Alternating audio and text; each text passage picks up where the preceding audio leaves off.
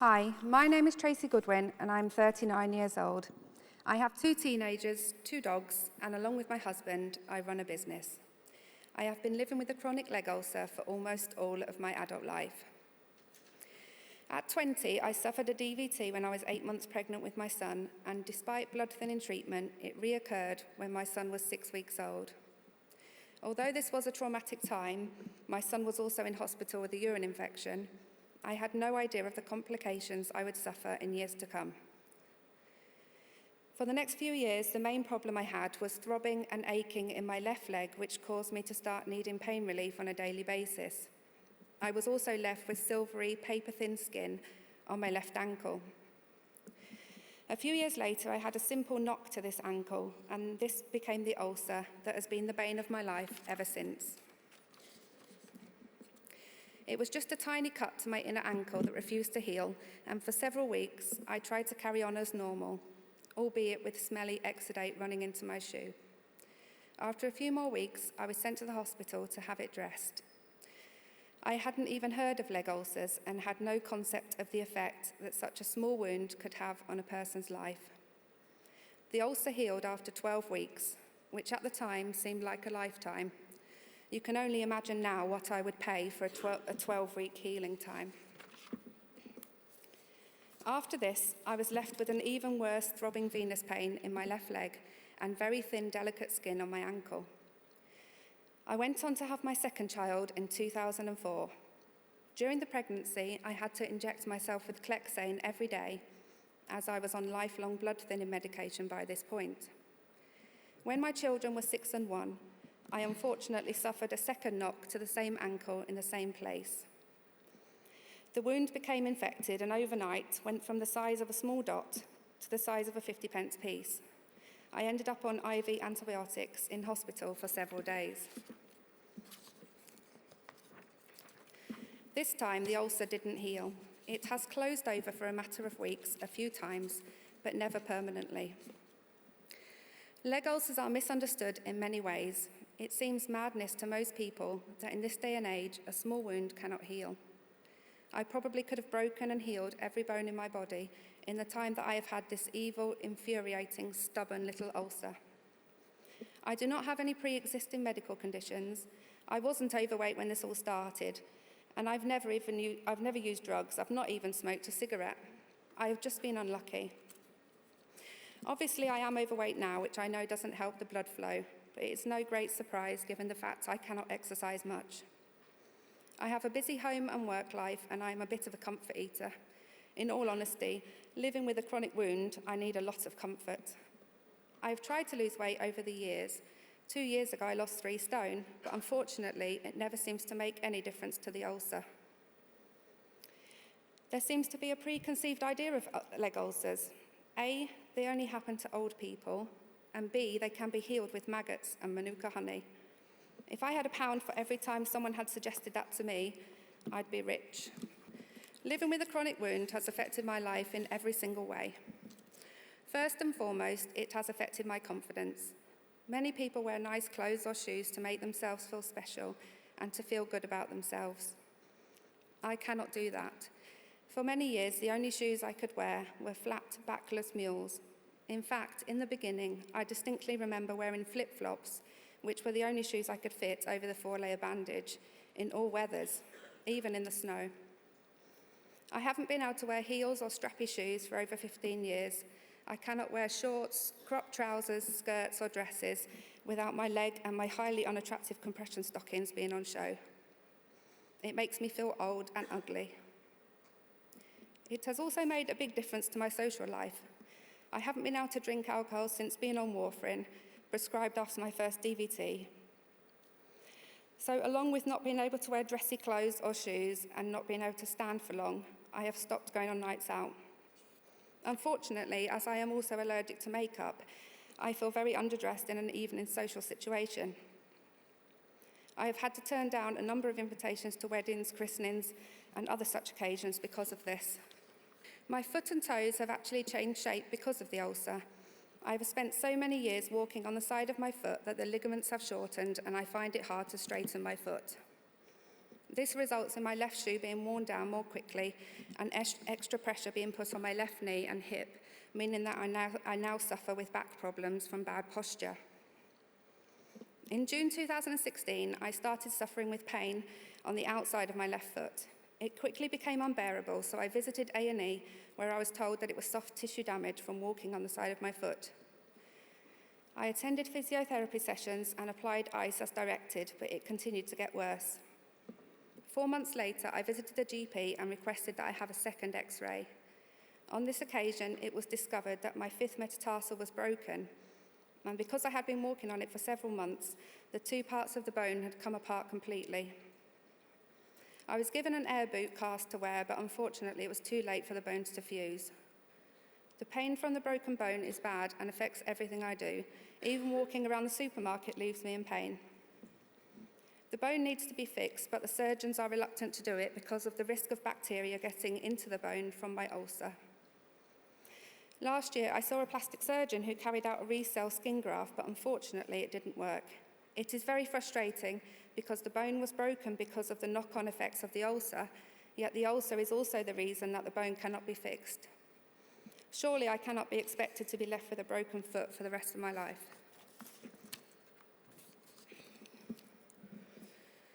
This ulcer has had a huge effect on my family life. I've tried my absolute best not to let it, and I've spent many days in agony, walking around theme parks, museums, parks and shopping centres, or climbing through soft play areas, walking the dogs and taking the children to clubs and activities.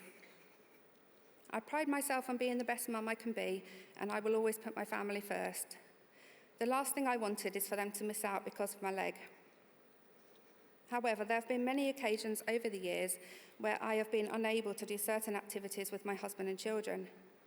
For example, skating, swimming, running, trampolining, dancing, sledging, and exercising. Sometimes this is because I cannot risk infection or cannot wear the footwear required, and other times it is because it is a high-impact activity. There have also been days when I've been in too much pain to go out at all.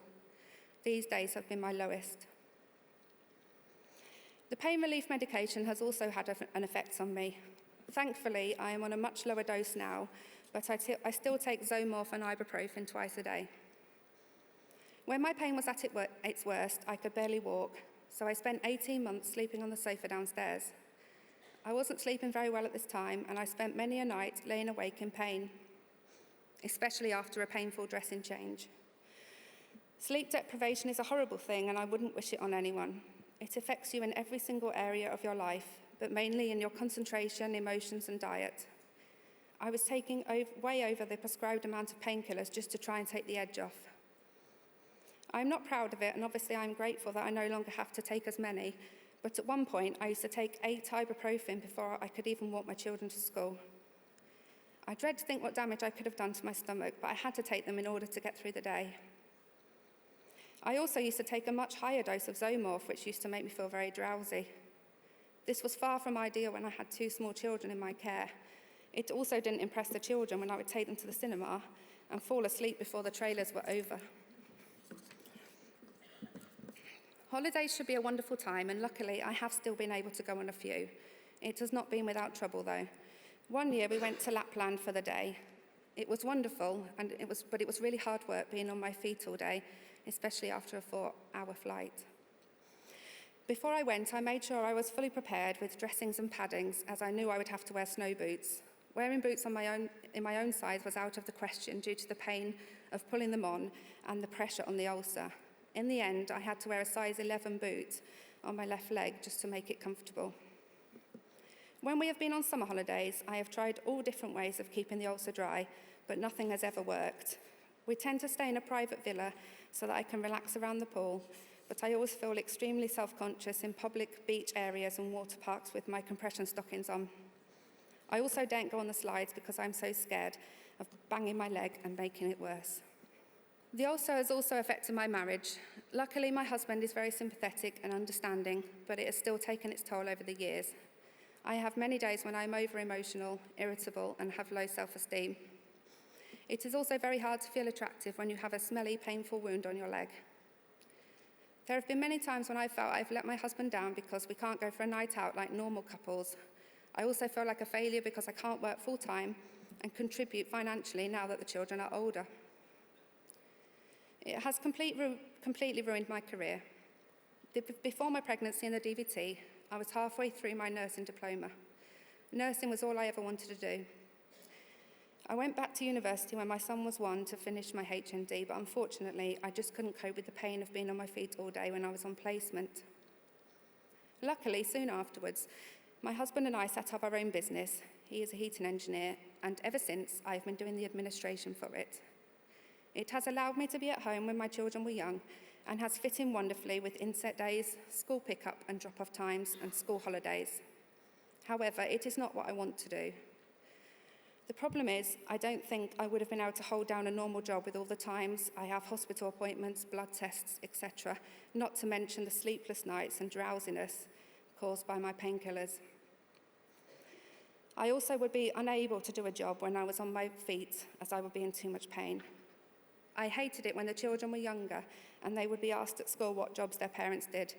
It was always, my dad's an engineer and my mum has got a bad leg. Overall, it makes me feel as if I cannot achieve anything. There is no point in trying because my leg makes everything so difficult. Over the years, I think we have probably tried every cream, ointment, spray, dressing, lotion and potion known to man. Throughout the whole of this time, I've been in full-strength compression, first in 4-layer bandaging and then in compression hosiery kits. The treatments sometimes work for a while and then the ulcer starts to show signs of improvement. To be honest, I've stopped getting my hopes up when this happens, as I've been disappointed so many times when it starts to deteriorate again. It is always a case of 2 steps forward, 2 steps back. Back in 2008, after a referral from my consultant, I went to Charing Cross Hospital in London to have a vein transplant, which was performed by Professor Alan Davis. This operation actually ended up being a vein bypass when a blockage was discovered just below my knee.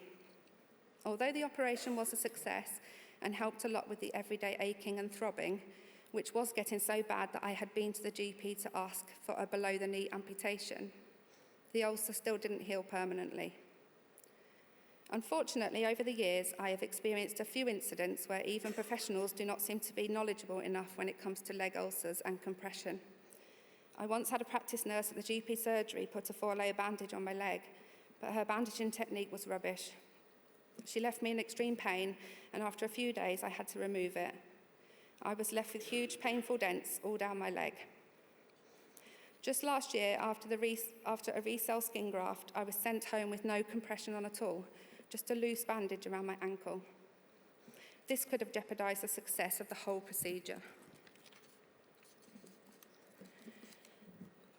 I have been lucky enough to have been looked after by Leanne Atkin and her team at Pinderfields Hospital in Wakefield. I first met Leanne in 2003 when I was first diagnosed with a leg ulcer, and I have been under her care ever since. I have 100% trust in Leanne, and I know that she does everything she can for me. As soon as a suitable new treatment becomes available, she puts me forward for it. I have a great relationship with Leanne, and this has made a massive difference to my ability to cope with this condition. Leanne knows that I am busy, and rather than me having to go to appointments that have been decided by the hospital, she is flexible and fits around me. As I do my own dressings at home, if I am ever concerned about the look of the ulcer, I email Leanne to ask for advice. She will then either arrange to see me in clinic at a time that suits us both, or she will suggest a different dressing or treatment to try. I hate to think how much harder this would be if I didn't have a trusted professional like her looking out for me. I recently had some bad news regarding my broken foot, and she sent me a lovely email to cheer me up. She doesn't have to do things like that, and I cannot tell you how much I appreciate it. I have a feeling that I will have this ulcer for the rest of my life, and so I hope Leanne is happy to work well past retirement age.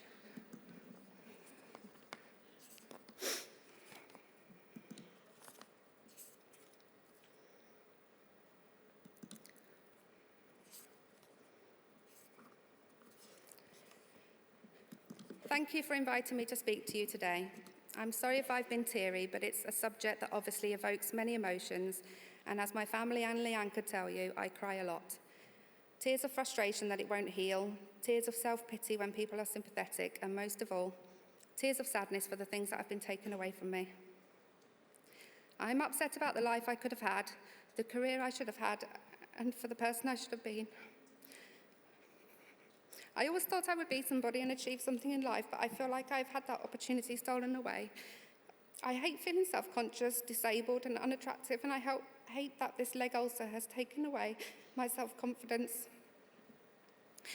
I know there are people much worse off than me, and whenever I'm feeling down, I always remind myself of that. I know I am lucky to have wonderful family and friends that love and care for me, and of course I am grateful that I haven't got any awful diseases that are life-threatening. However, having a chronic wound that affects my life in so many ways is hard going, and I really hope I have given you an understanding of what it is like. I agreed to do this presentation because I know I am in the minority having a chronic leg ulcer at my age. I think it is important to understand that elderly people have to be treated differently to people in their 20s and 30s so that the impact of a chronic wound on a person's life is minimised. Thank you for listening.